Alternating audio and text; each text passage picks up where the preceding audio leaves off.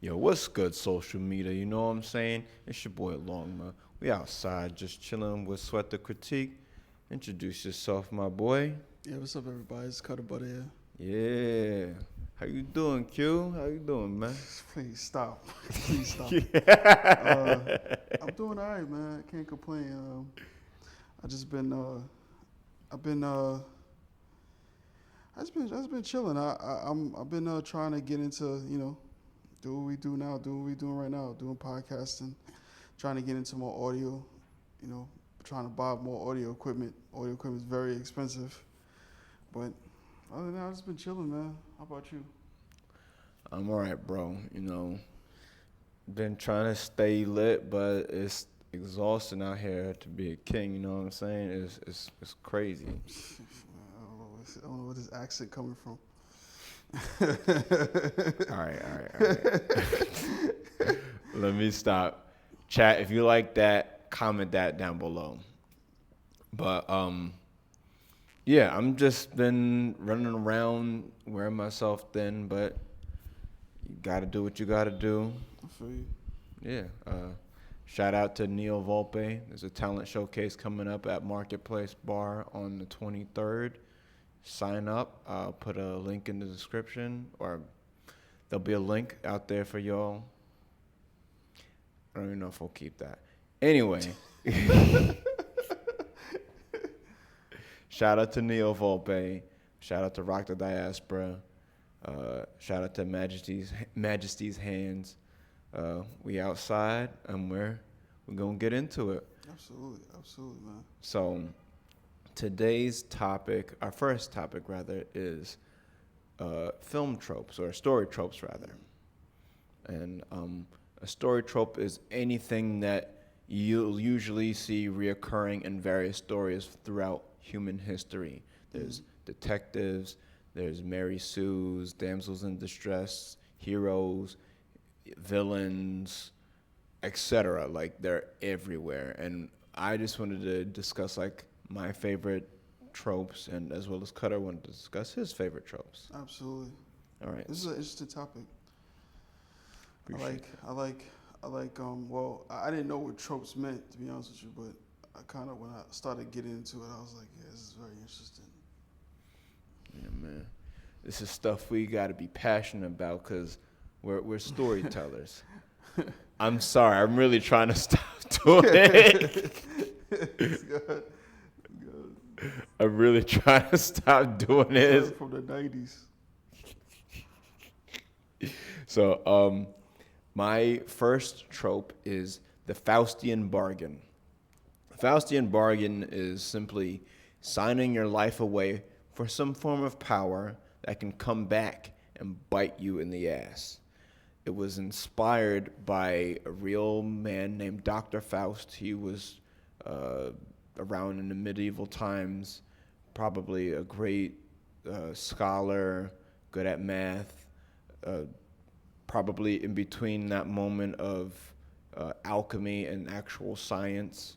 But the legend of him was just so beyond his real life that you wouldn't know that. Mm-hmm. And that started with this story of him selling his soul to a demon named Mephisto. And Mephisto allowed him to become like a great leader, a politician, start his own money. And this is a movie? It was a story. Oh, it's a story. It was a story. Someone eventually made a movie. I haven't watched it yet. I bought it on DVD. It was like made in like 1921. Oh my God. Yeah. Yeah, you going back, man. You be going back to these old ass movies, man. I don't know how you watch these old ass movies, man. Hey, man, I'm just a dinosaur in a ski mask. That's all I am. You're damn right. Sign me up for my AARP, please. Crack out that Ben Gay lotion. We go Netflix and chill. Netflix is not in your time. You're right. We had the Nickelodeons that you had to put money inside. We got Nickelodeon and chill. Yeah, he's Circus and chill. Circus and chill. Yeah, the vaudeville and chill. Vaudeville and chill. Yo, shout out to all the Jilfs though. Hey. But yeah, you'll see like a modern version of that in you had mentioned something actually earlier. It was Bruce Almighty. Yeah, Bruce Almighty. Yeah. Yeah.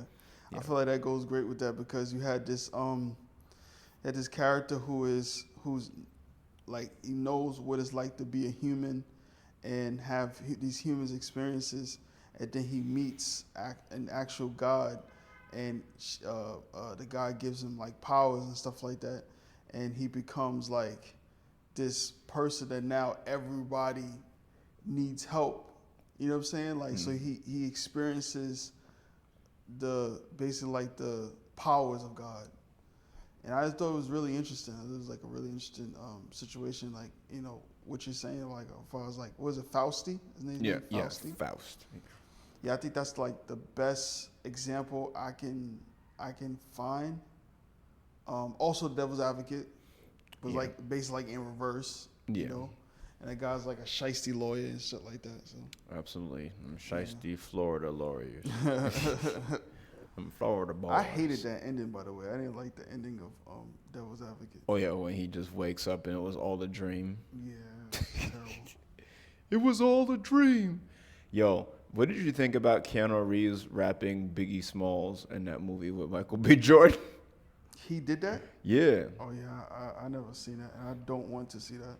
It's the movie where G Baby dies. Oh, yeah. Oh, yeah, I saw that movie. But I don't remember that, so it must have been terrible. Because he walked in the bar, bro, doing this. I was weak. Anyway, the only other example I could think of Faustian deal adjacency would have been Tenacious D. There's a number of other like rock and roll movies where like the musician becomes like some big rising star, but they're not like that interesting unless you watch ironically for like a B movie for that kind of tone. What about Jennifer's Body? I didn't see it, but I feel like if she sold her soul to become like a succubus, that would make a lot of sense. Yeah, so she basically she actually got like the band did a ritual on her, and I think what happened was when they did that, she kind of turned into some type of something, I forgot. But I think what happened was the band did something with her because the band were like cursed, like cursed with cursed like a bunch of demons and shit like that, whatever. And they did a ritual on her. So would that count as like signing your life away, or? I mean, I feel like if like the whole reason for her power was just to kill men, because I think that's like literally the plot. Yeah, like to kill the guys who did it to her. Does it come back and bite her in the ass, or does she like? I don't know if she dies or not. I think she dies. I'm not sure. I forgot. No. I think her best friend killed her, right? Oh, you didn't see the movie? No. I like that. Megan. The movie was like, this was like prom. What's her name? It's Megan. Megan Fox. It's like prom Megan Fox. Yeah, so, prime Megan Fox. So like this seeing her in a movie, you know, a young man. Chat, comment below your favorite Megan Fox movies. Cutter, what is your topic? Oh, my favorite trope. Your trope. My favorite trope is like the rise and fall of a gangster, or like the rise and fall of a man, basically. So it's like I like those especially like I was saying before, like I like timepieces. Mm-hmm. So and especially like those fast-paced timepieces, like we see like, cause I was always fascinated about not because they died, but like they lived this fast life and they died young. Yeah. You know what I'm saying? Like Gigi Allen and shit like that, or like Shout Bonnie out to and Clyde. Word. You know, people like that. Like I always was fascinated about like their stories, cause you know they was living lives that I think I would never live. I would never live a life like that. But like just seeing people like just like completely like crash out, Oh, word. I think it's like pretty interesting. Like hopefully they make like a movie of like XX Tentacion's life Word. because he did so much in so little time. Or like, and they're trying to make it like Tupac, but I think my favorite, that was terrible. I think my favorite one would be probably like Scarface. Scarface would be like my favorite one because it teach you like his story is so teachable and good and bad. Yeah. Because people took like I feel like he basically started like cocaine rap. Like he started like rappers and hustlers like selling cocaine. It was that luxury combination Yeah. of the hustle and the drug. Yeah, and then like him as a person, he was such a like he was very unique for a person like him because he had good morals. You know what I'm saying? Like he had certain good morals. Yeah. And you know, even his death was like teachable. You know what I'm saying? Like this is crazy. But like him, I would say like maybe like Goodfellas, like I was saying before, Goodfellas of Henry Hill, and seeing like the ups and downs of his life and stuff like that. Like that was one of those movies that even watching it as a kid, I was so like entertained for it to be like a 3-hour movie, and it was like good from beginning to end. Hell yeah. Like crazy, but yeah, I just like those movies. I just like those movies where you have like these, Malcolm X. Yeah. You know, Malcolm That was X a rise and fall story too. Yeah, Malcolm X is like, you know what I'm saying? Like just seeing him and like he seemed like he had like a fast life as well. You know what I'm saying? Like Exactly. Detroit Red. yeah, absolutely. Like just seeing him go from like this Gangster pimp a pimp gangster preacher. to a fucking like Minister. You know what I'm saying? Like not even just a minister, like a revolutionary leader. Absolutely. Like, it's incredible. Like I like stories like that, you know. Hell yeah, man. What about you? Like what's like your favorite movie of like a rise and fall?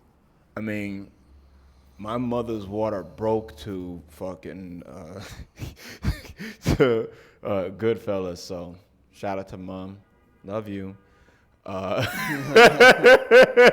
That's why I'm wearing this today. Scarface, I always try to make sure I watch that once a year. Carlito's Way. Oh, Carlito's Way. Carlito's Way was prime, like tragic because you really think he's really about to get away with it, and it's just like nope. Yeah, yep. Streets is gonna get you every time. Exactly. And what I love about Carlito's Way is the ending, and that monologue. Oh my God, man. Hell yeah. That's probably some of the best. This is so underrated, bro. Probably some of the best, like monologue I've ever. Like ending is like perfect. You know what I'm saying? Sorry, boys. Like, that's Creole. That is like I don't know why that haven't been sampled yet. Who knows what would happen with that?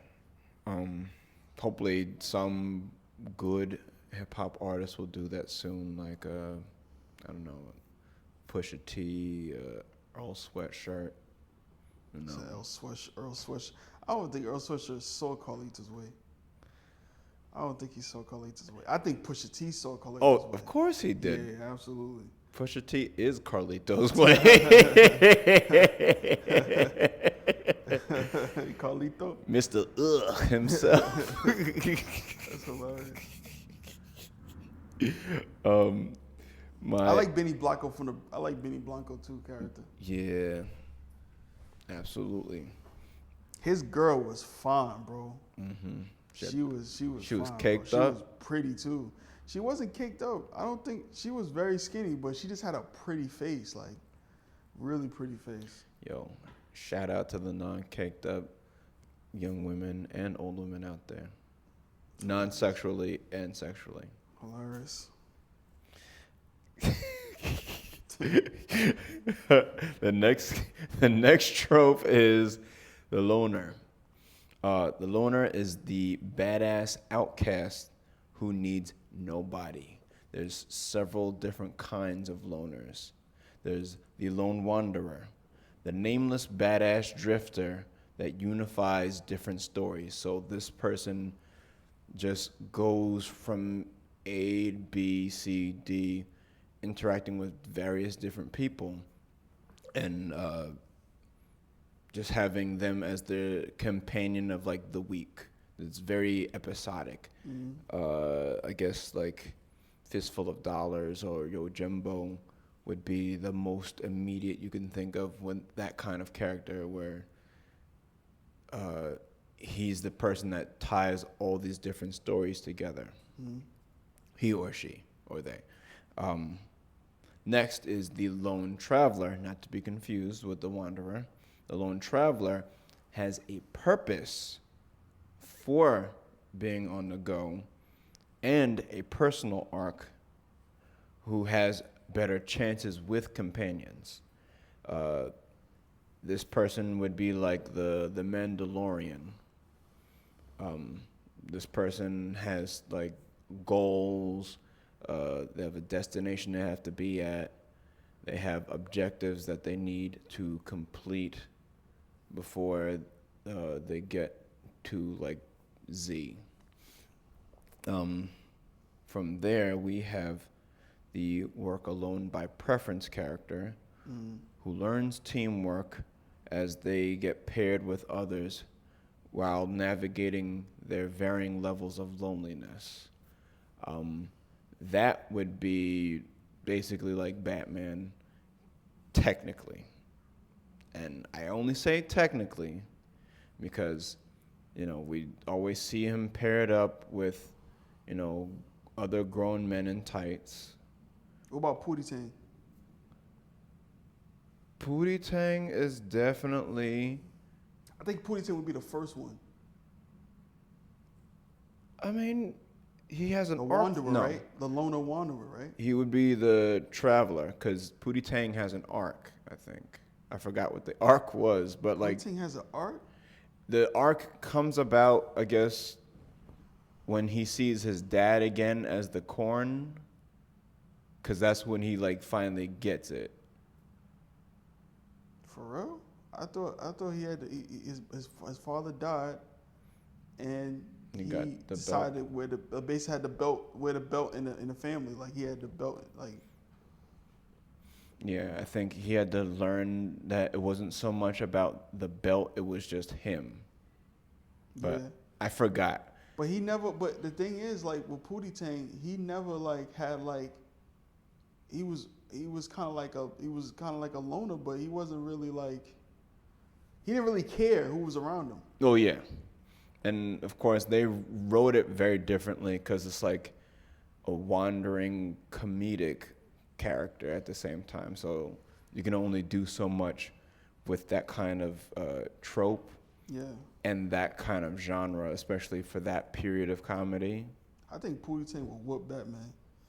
Who they would win in a fight, Pootie Tang or Batman? I think Pootie Tang will whoop his ass, man. Literally. With that belt. Literally. He pulls out that belt and that's the last thing Pootie Tang does. Nah, man. He gave him a few hits in that face, man, with that belt, man. With that belt buckle. And it just comes back buckled right in his pants. Yeah.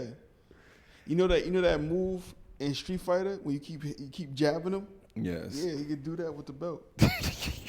Come on. Pootie Tang would be spamming Batman. So tippy-ta, tippy-ta, tippy-ta. Sarate. Yo, I used to get called Pootie Tang all the time. Like, I look just like him under this mask. So, That's hilarious. yeah.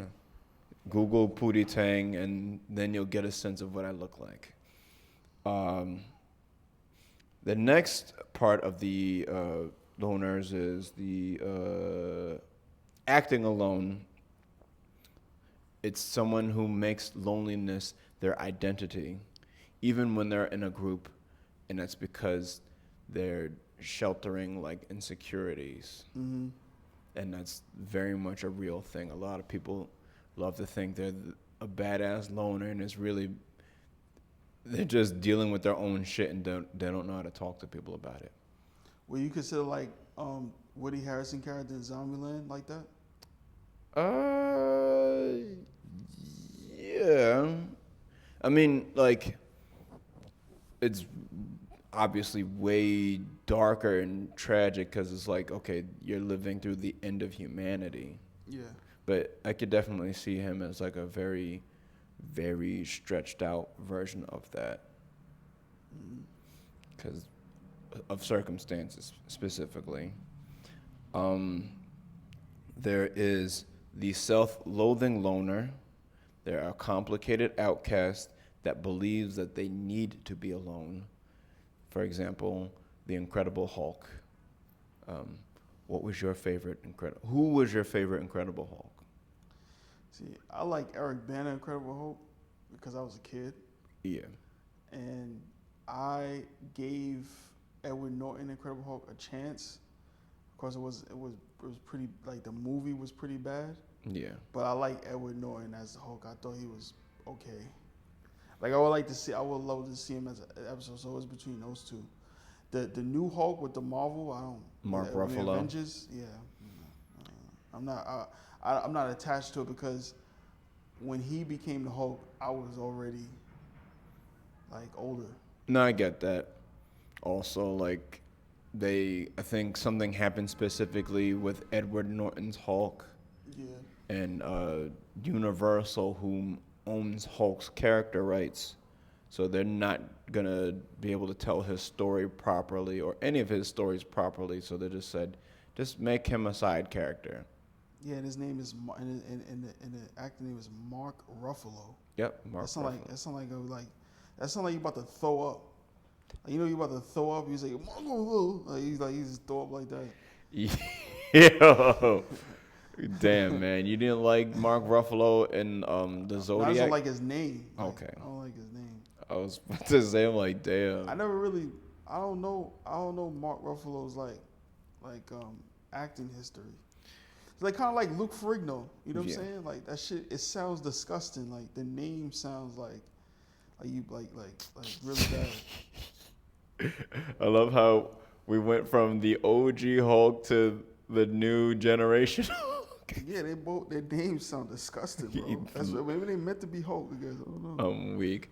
Chat, comment down your favorite Mark Ruffalo movie, your favorite Eric Bana movie, your favorite Edward Norton movie, your favorite Lou Ferrigno movie. Put them all down below.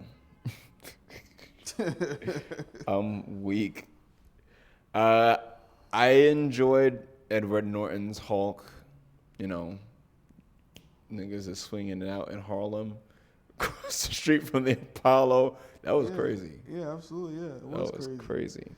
I was there when it He happened. fought the too. Abomination, right? Yeah, I even like the ending. Like he's like alone in his thing. He's like meditating. Like he's trying to understand this power. yeah, Like those are really good like loner like success stories, I guess. You know what I'm saying? Like you finally find like some sort of peace. You know what's Exactly. my favorite movie, and it came out last year, and I keep telling bro, you have to watch this movie, man. It's called Perfect Days. perfect days. Oh my god, like that movie is really perfect. No pun intended. Like it's like really perfect because it's no drama, but the actor is like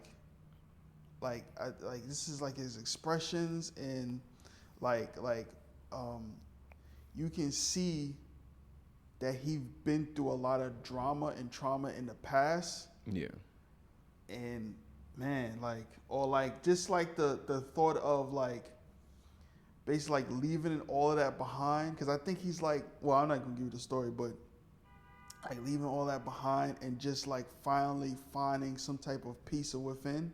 yeah, um Incredible, bro. Incredible. Like Like that's like a really good like. I would say I don't know if it's Traveler or Wanderer, but maybe when you watch it, you let me know. I Let got you, me know. bro. You let me know what type of like loner category he goes into. But I'd probably say the Wanderer. I would probably say the Wanderer, but Okay. Chat, if you've seen Perfect Days, comment the rate between 1 being worse and 10 being great, best. if anybody say one, it's like, bro, like you don't know, like you don't know movies, bro. You like going to see Mark Ruffalo throw up as a whole. With Lou Ferrigno in the background. Luke Ferrigno taking a shit. That's what you like watching. Say, give it 110%. That's my favorite thing. Like when Stewie got buff Yes. and Brian, so you like Luke Ferrigno's poop. That's my that shit had me weak, man, when I was a little kid. Man. Oh yeah, because Stewie's body looked mad awkward disgusting, with yeah. the same size head on it. That's what I'm saying. Look at the name, Lou Ferrigno. Yeah. No, bro. Hey, he got third place as Mr. Olympia while Schwarzenegger like kept eclipsing him in first place. So you got something. See, Arnold Schwarzenegger, that's a name. Yeah, he's Schwarzenegger. And the final loner is the loner on the run, isolated by the system because of circumstances. So just literally any fugitive you can think of would match that specific type of loner. What about Enemy of the State with Will Smith? That would be one. That would definitely be one loner because it's just like, can't do anything. What about Blade? At times, yeah, but not really. I mean he's forced to be this like ass kicking vampire dude. One of the other tropes that I wrote down, I think better fits Blade. But like he can definitely, I feel like he could have multiple of them because it makes a lot of sense to why he would be that same way. You know what fit? Murder at 1600. You ever saw that movie, Wesley Snipes? I would like to. My mother loves that fucking movie, bro. She loved that movie. God rest her soul. She loves that movie, bro. And it was such a interesting. It's kind of like Enemy of the State, but with Wesley Snipes. Yeah. Like it's a really good movie. What about The Fugitive? Because didn't Wesley and Tommy Lee Jones do a movie like that as well? I didn't see The Fugitive, so I don't know. I saw maybe like one scene while they're running around in a swamp. They're running around in a swamp. To me, but Eagle Eye. oh yeah, Shia LaBeouf. yeah. That was a good one. That was when Shia LaBeouf was at his like prime. Like he was doing a movie every year. Yeah, before he was getting punched in the face. I don't know what happened to him, man.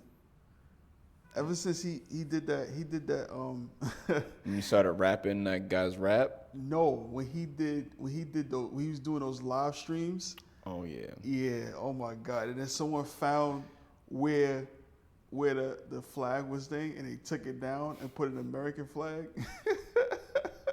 They found the camera and everything. It was hilarious.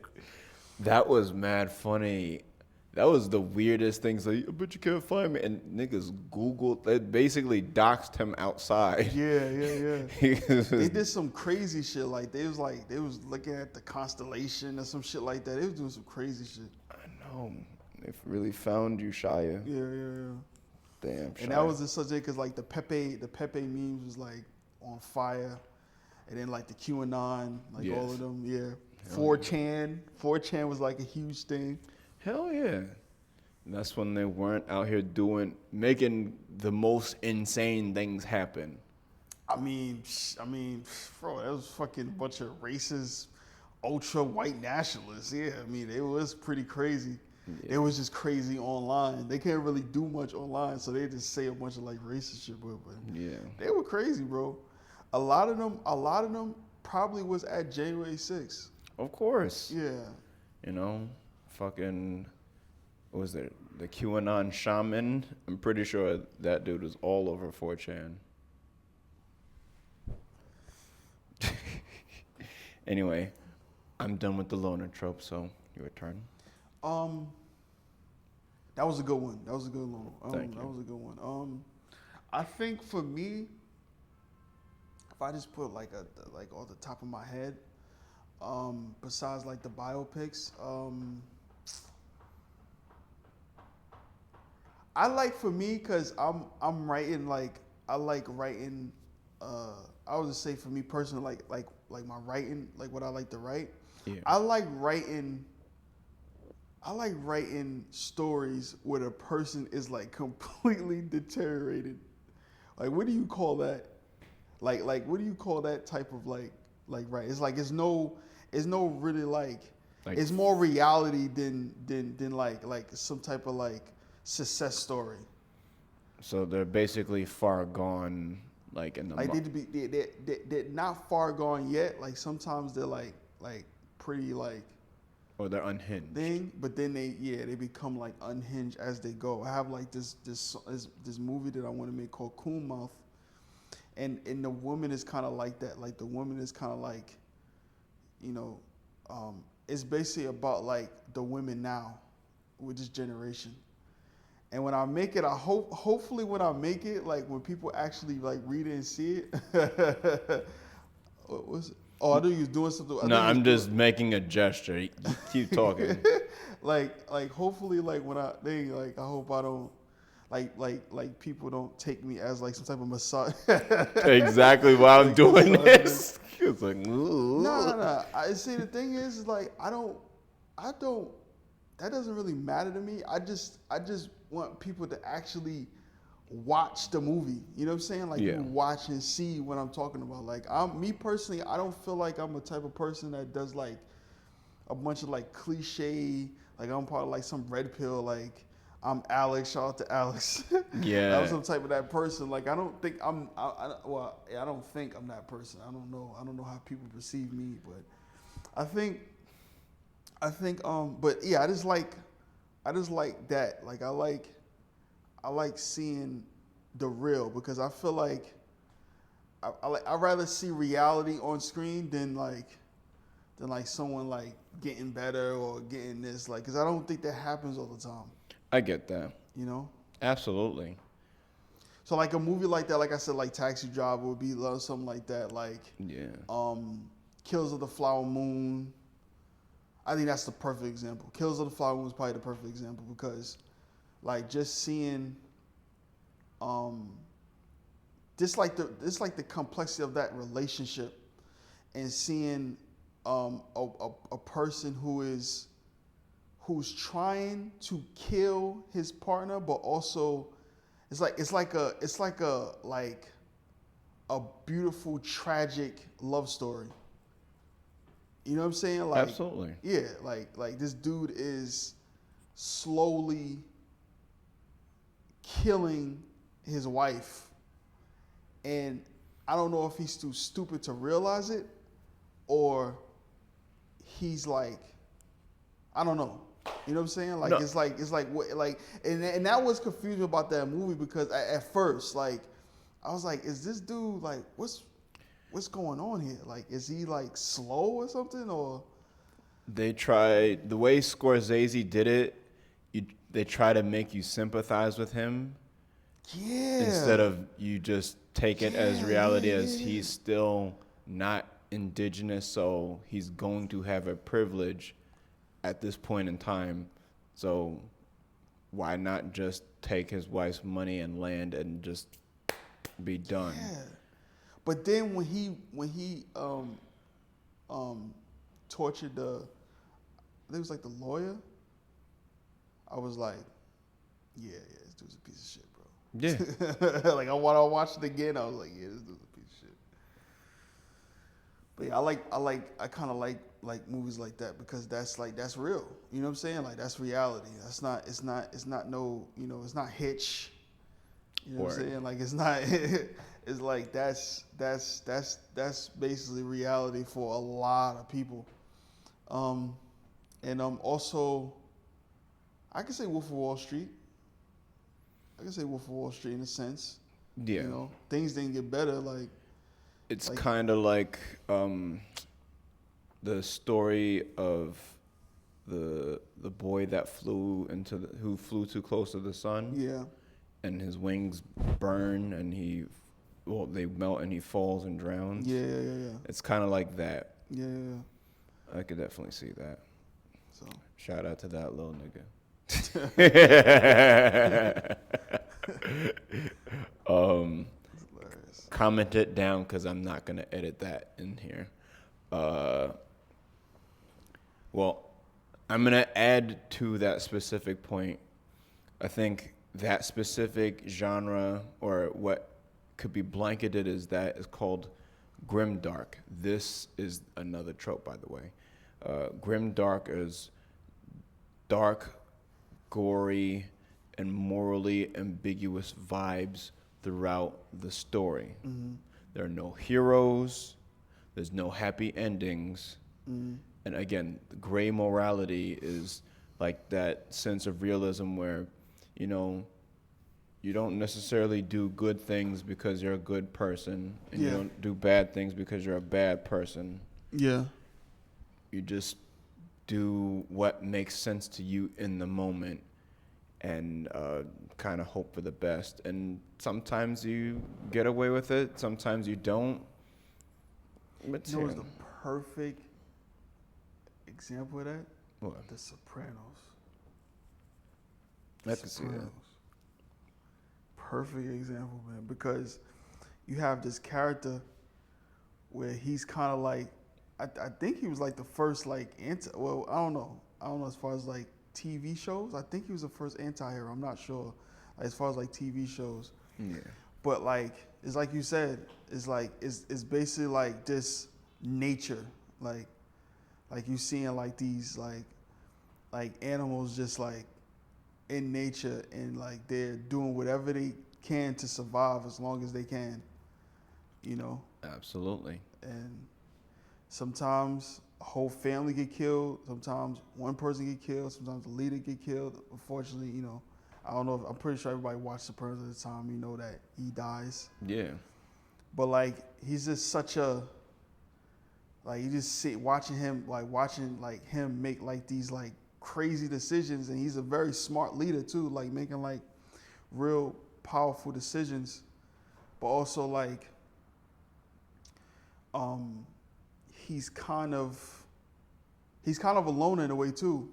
You know what I'm saying? Absolutely. Like he, you know, and like you just watch like his, you know, his kind of like his gang turns on him. Everyone pretty much turns on him, and you know, except for Silvio. Shout out to Silvio. He was like the best. Like, I like Silvio. Facts. Shout out to that nigga. Big pussy ass himself. That was a character name. I know. That's why I was saying that. that. But I'm corny. Your next trope. Trope? Yeah. I'm gonna leave the dark stuff for now. I do in a sense, I do like happy endings sometimes. You know what I'm saying? Like when the guy gets the girl that he wants, you know? Okay. Like, I like basically when a corny guy gets the girl. I like that even more, cause I know a lot of people like that. I know a lot of people that's like, I don't want to say corny, but like they're like they have like a unique personality. I like when they are be able to live like, I guess, quote unquote, a normal life. Yeah. You know what I'm saying? Where they get the girl, or they get married, have the kids. You know what I'm saying? Take the blue pill. Yeah. Shout out Become to the a blue Democrat. pills. Like, I like that too. Like man, it's like I do like Hitch. Like if I were to watch The Sopranos, Taxi Driver, Hitch would be like 10th. You know what I'm saying? Yeah. But I do like that movie. Like, first of all, that's my brother's favorite movie. For me, it's not my favorite movie, but I understand why he loved that movie so much because Will Smith was just like this guy who he understands like what it's like to be corny and not get women, and then he's turning around doing that for other men who have trouble getting women. And I think he's a good guy. He's a pretty good guy. He's not a asshole. He's not a. That's a fact. And yeah. Yo, Hitch gave me my fashion sense. That's where I got this from. Oh my God. Now I'm not for this, but in all seriousness, I did have like a mad button-up shirts, and I would always have a blazer on as a 15-year-old. It's like, yeah, I'm suave. I didn't even look at it like that, like him having like a fashion statement. I didn't even see Hitch as a fashion person. I mean, it wasn't so much like that was a big emphasis. It was just like when you take note of the various things that he was doing, because Hitch is basically this blue pill idea of social science. Yeah. And, you dress the part, you're able to talk and interact like a human being and go through these notions, and you successfully like land that person. Even if there's ups and downs, that's kind of what it is. Napoleon Bonaparte. Napoleon Bonaparte. I'm a dumbass. Napoleon Dynamite. Yeah, I was gonna say Napoleon Bonaparte was a real. That was not no happy story at all. Napoleon Dynamite, and I like his brother. His brother got the girl. And Oh, stuff like yo. that. Yeah. I think it was funny. Like that was just a funny. Like I like stuff like that. Like. Napoleon Dynamite didn't get no girl, right? I don't think he got no girl in that. He became cool, but yeah, he became cool. Yeah. I really like movies like that. And what else? What else movie do you think like it's kind of like that? Happy ending movie. I mean, would you say like Wizard of Oz? It's a fantasy, but still, there's like a happy ending. Yeah, happy ending to it, yeah. What do you think about that ending? Because it's still one of those, I just woke up and it was just a dream type of things. Are you talking about like the 70s one, or are you talking about like the 06 In the original one, Oh, the she original still one. wakes up and it's just like, oh, it was just a dream. I mean, it's an adventure. I mean, like I said, I don't really like those type of endings. Yeah. You know what I'm saying? Because I don't really consider a happy ending, kind of. It's like a cop-out. Yeah, it's kind of like a cop-out, yeah. Okay, I get that. But, And we'll scratch that then. Damn, what is a happy ending movie? so you watch a bunch of fucking horror like Titus, man. Yeah. It's You terrible. have to remember, I'm the most evilest nigga on the podcast. That's why I wear this.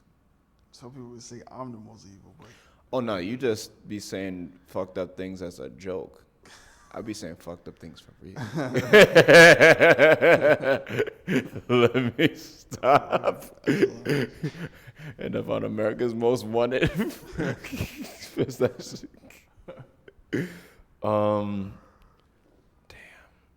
I'm trying to think. Chat, comment below your favorite movies with happy endings.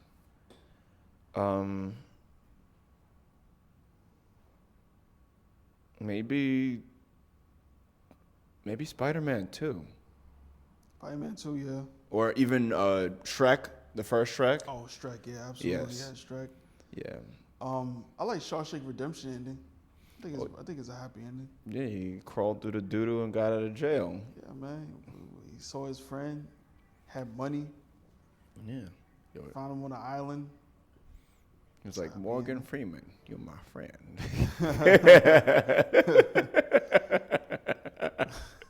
Yo, shout out to Stephen King, man. Out here making happy endings in his Stephen King universe. I wish he never made The Color Purple. Stephen King didn't make The Color Purple. Who was that? Oh, Steven Spielberg. Yeah. I wish he never made The fucking Color Purple either. I wish Stephen King made The Color Purple. That would have been mad entertaining. No, I wish they never. White man should have made no Color Purple, man. It would have just been happy. No, it would have been Magic Negroes, the movie. Oh my God, that movie was so bad, man. I don't know. Okay, David Allen Greer, he set me up for that one, bro. I'm like, bro, like. I would never watch that. As soon as I knew that trope, because magical Negroes is a trope in itself. That's not one of the ones I would put, but it's a trope, and that's why they decided to name that movie that. But Yeah, they just kept that in their brain, bro. hell yeah, I don't know why anybody would think, you know what? Let's subvert this on its head. No, don't ever in your motherfucking life think that is okay. I promise you it is not. There's no universe where that is okay. Ever. All right. I don't got no more tropes. Okay, I have a few more. Okay. The next trope I like is called the noodle incident. The noodle incident is a story that you're never actually told, but it's referenced something like very eventful. And the audience is always left to their own imagination to like figure out what it is. Oh, I got a perfect one. Forrest Gump. Which would be the noodle incident in Forrest Gump. There's a bunch of them. Like there's events that's happening throughout the movie, but he's not really saying it, but you know what the events is happening, and he's kind of making his own spin of the events that's happening to make himself in that history. You don't think so? I don't think so, only because it's like he's taking like real things that you can definitely find out about. Mm-hmm. There'll be other things like, I know you're not big into Marvel. Yeah. But like Black Widow and the bow and arrow guy, they always make reference to this one mission that they had, and Oh, okay. So it's like, so when you said events, I'm thinking you're talking about historical events. oh no, it's always just like an event for the characters. Okay. But like you're never told exactly what it is. It just. Oh, okay. I understand what you're saying now. I get what you're saying. The noodle incident came from a Calvin and Hobbes comic where, Calvin and his toy, Hobbes they're chatting about whatever, or maybe it's Calvin and his parents, and they talk about, we're not going to do the noodle incident. And he's like, he just gets pissed off. He immediately gets pissed off. Calvin is livid when it references noodle incident, but never in any of Bill Watterson's comics do you actually see what the noodle incident is. Okay. But you're just left wondering what could have been that just triggers this little kid. Calvin and Hobbes was like one of my favorite comics. Not even one of my favorite. It was my favorite comic, like my favorite newspaper comic ever. Back in like 2001, they released just a whole bunch of his books. They're fantastic. They're genuinely fantastic. Is that the one with the dude got the glasses on or something like that? No. Nah. Calvin and Hobbes was this blonde boy with a red striped shirt, some black shorts, and like what would be like Converse if Converse were really like round, and he had a stuffed tiger. No, I was gonna say I could show you, but I still got my notes up. I don't know which I don't think. Matter of fact, I can take a photo when I get back to the crib because I got mad at those books, bro. No, I'm saying like I need another example. Of the noodle incident. Yeah. Okay. Like a movie, like. I'm trying to think. It always is literally just a moment where you say, "You remember this?" Okay. And the two characters always bring it up, but they never do like a flashback of it. They just say, "Don't ever," and it's just like that's that. And what about like, what about like next Friday where he's with Debo's cousin? So I'm gonna knock your ass out like Craig did, but that's telling him what happened. Yeah, because like we already saw what happened in the first Friday. Okay. So these are events that never happened, that we never visually saw. Yeah, they happen canonically in the story, but you as the audience never visually see what happens. So it's just a mystery that you yourself have to just make up why this character is so adamant about this particular thing. It's it's interesting. I like it just because it helps world building and allows the audience like their own various interpretations of what these things can be. But it's like a movie that you can like like an example of like a movie you can show me because you know. I can Google something right this second to see if like it was ever in a film. Thank goodness for this amazing search engine called Google. Examples. Yeah, the only thing I got in my brain is Mr. Noodles, man. That's it. Mr. Noodles. That was my nigga. Word.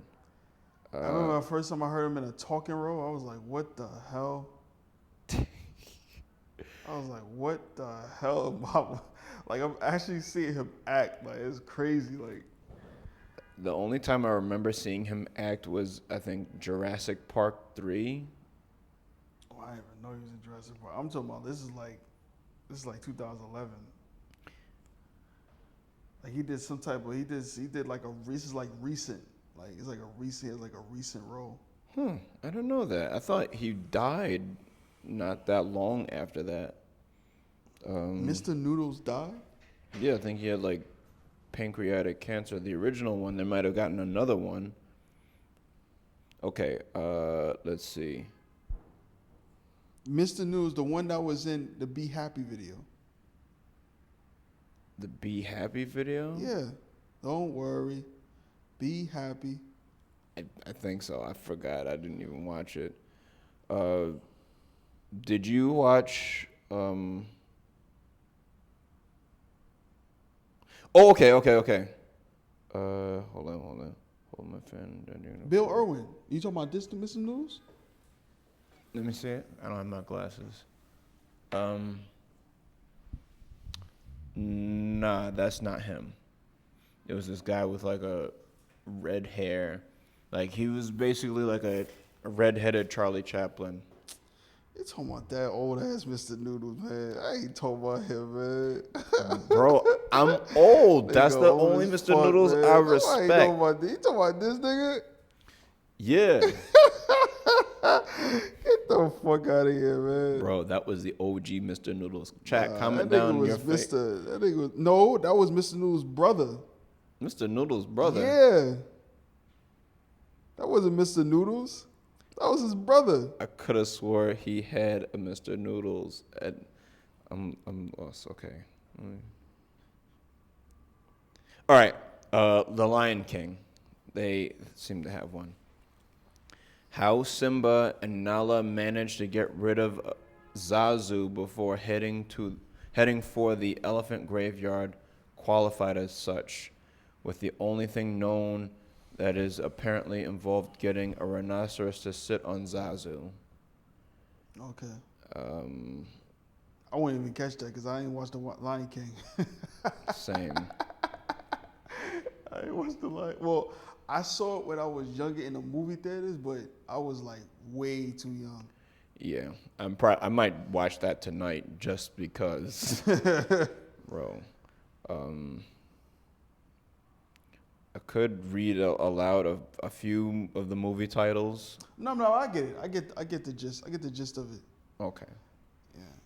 All right, then I will move on to my next trope then.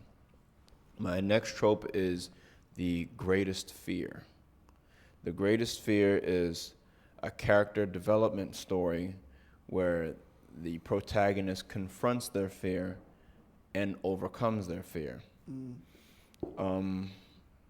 The only episode I can think of anything that has that would have been this episode of Justice League, where it's Superman's birthday, and he's given this parasitic plant, and it wraps itself around him, and he starts hallucinating. We good? Okay. He starts hallucinating about being back on Krypton, and having to deal with like the planet about to die. At some point, it attaches itself to Batman, and Batman sees his dad beating up the criminal before his parents getting shot. And it's just like one of those kind of stories where like it's very real. At some point, we all have our own fears. Comment below what you are most terrified of the most, and what you do when you're in that situation. Do you fight or do you flight? For me, it depends on like the problem. Problem is like really it's the problem like it's like crash out type level. I'm a crash out. Like, But I've never got to that stage yet in my life. Like it just became like a complete crash out. I just started like, you know what I'm saying?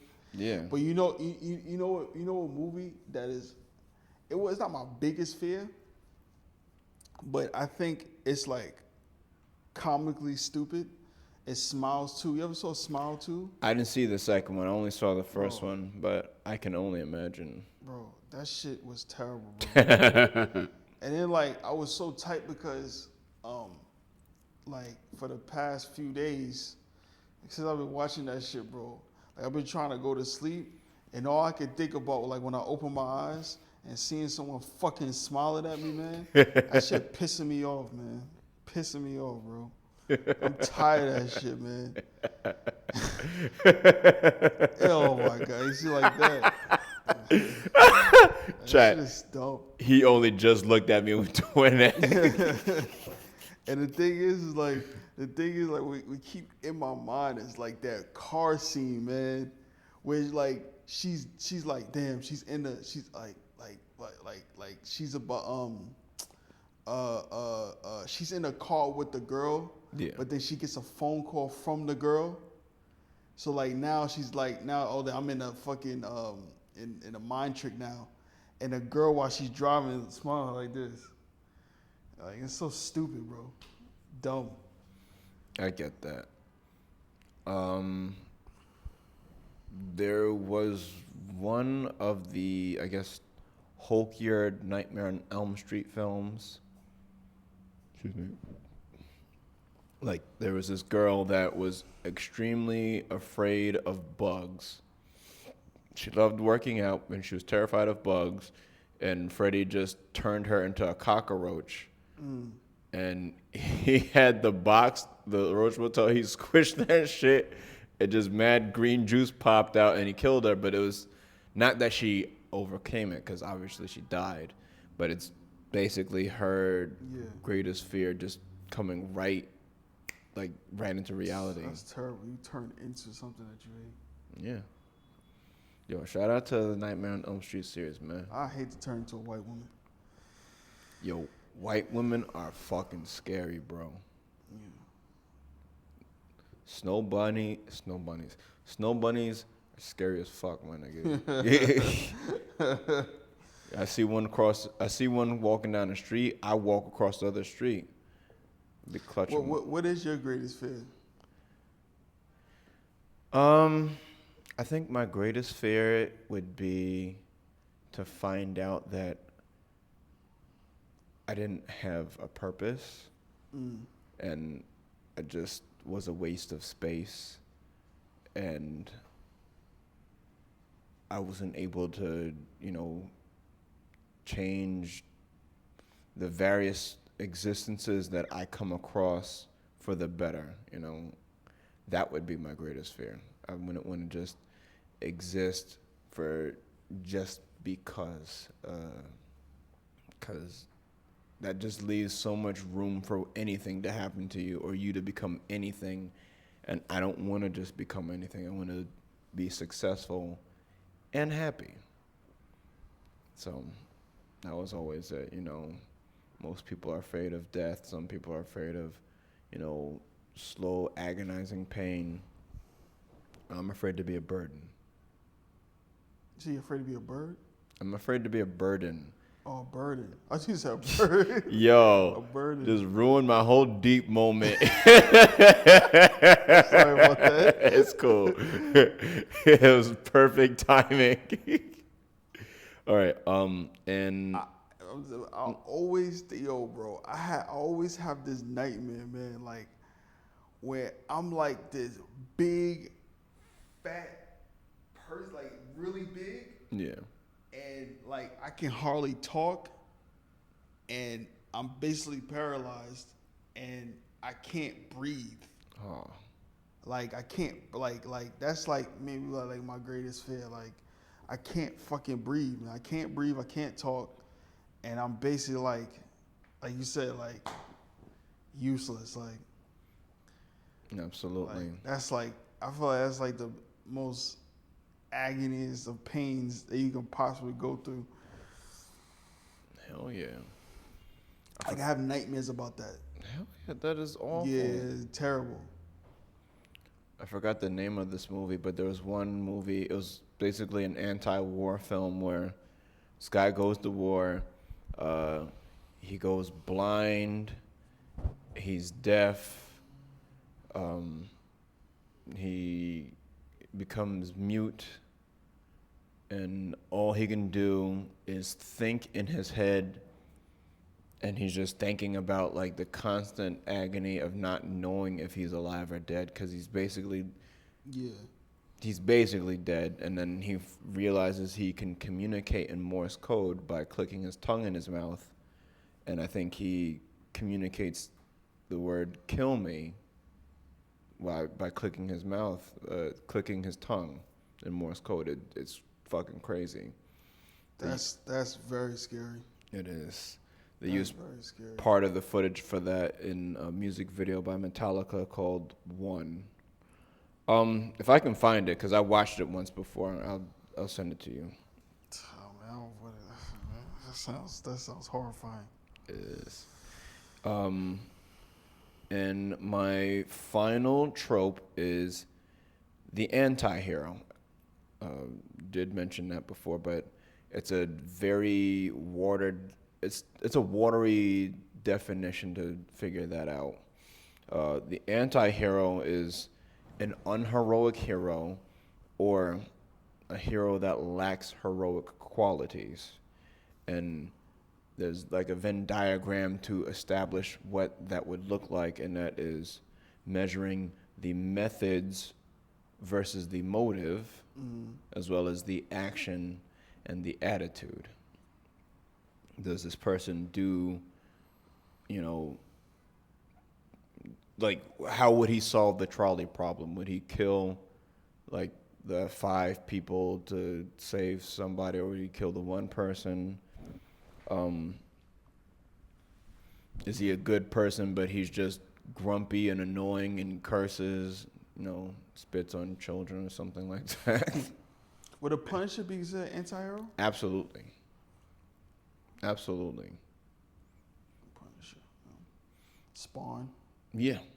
They came from that same attitude era where, people were just like, you know what? All this happy-go-lucky stuff, I'm done with it. We're going for that grim dark. We're going for them anti-heroes. We're going for them loners. All of that kind of winds up in the same place, but these things do happen, and I only enjoy it because these characters get to be explored as genuine human beings and not ideas of something. They, we all have decisions that we can make, and for whatever reasons that we have, and that's just part of being human.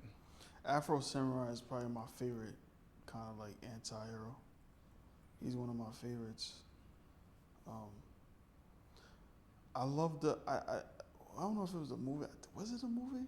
I think it couldn't be the movie. It had to be like because I know it was a limited series and it had movies with it.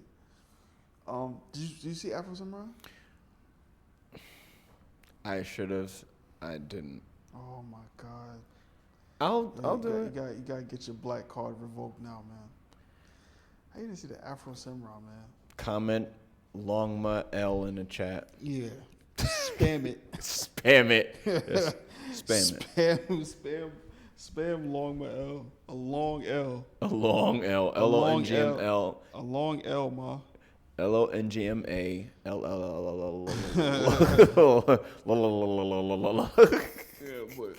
but he was basically trying to get justice for his father because his father was murdered.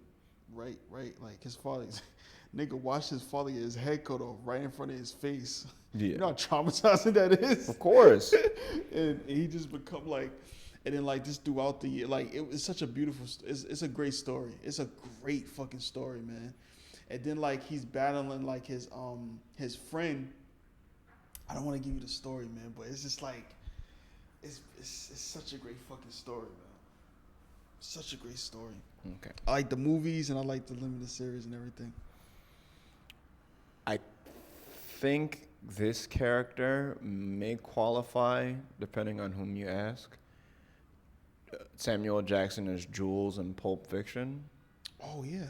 Because the way it's written, at the end of the story, the murder has been committed, his mind has been changed, and by chance, they're in the restaurant robbery, and he decides to save all those people by giving, was it his watch or his wallet to? Yeah, he gave his wallet to. I can't remember the British actor's name. It was the guy that was. Yeah. I know you're talking about. The Incredible Hulk. Yeah. The guy that played Abomination. Yeah. And that was like basically an anti-hero purely for the sake that he did something wrong and he's rude as fuck, but he did something to help save a bunch of people. Yeah. So that would be like my example of that. And I think that's all I can say as far as tropes. No, that was a great segment. Thank you. Chat, comment down your favorite tropes. And yeah, I think we're gonna end it there because it's 10 o'clock. Do you know where your children are? I'm tight. We wasn't able to get to the thing, but next time we're gonna get to my topic. But yeah, that was a fun topic. That was a fun topic. I really Word. liked it. All right, Cutter, tell the people where they can find you at. You can find me at Cutter Butter on Instagram. All right, and you can find me __LONGMA_ on TikTok and Instagram. Please follow, like, share, subscribe to Sweat the Critique, and keep us proud black men on a straight and narrow path. Otherwise, you'll see this ski mask in a parking lot. And until next time, don't sweat the critique, nigga.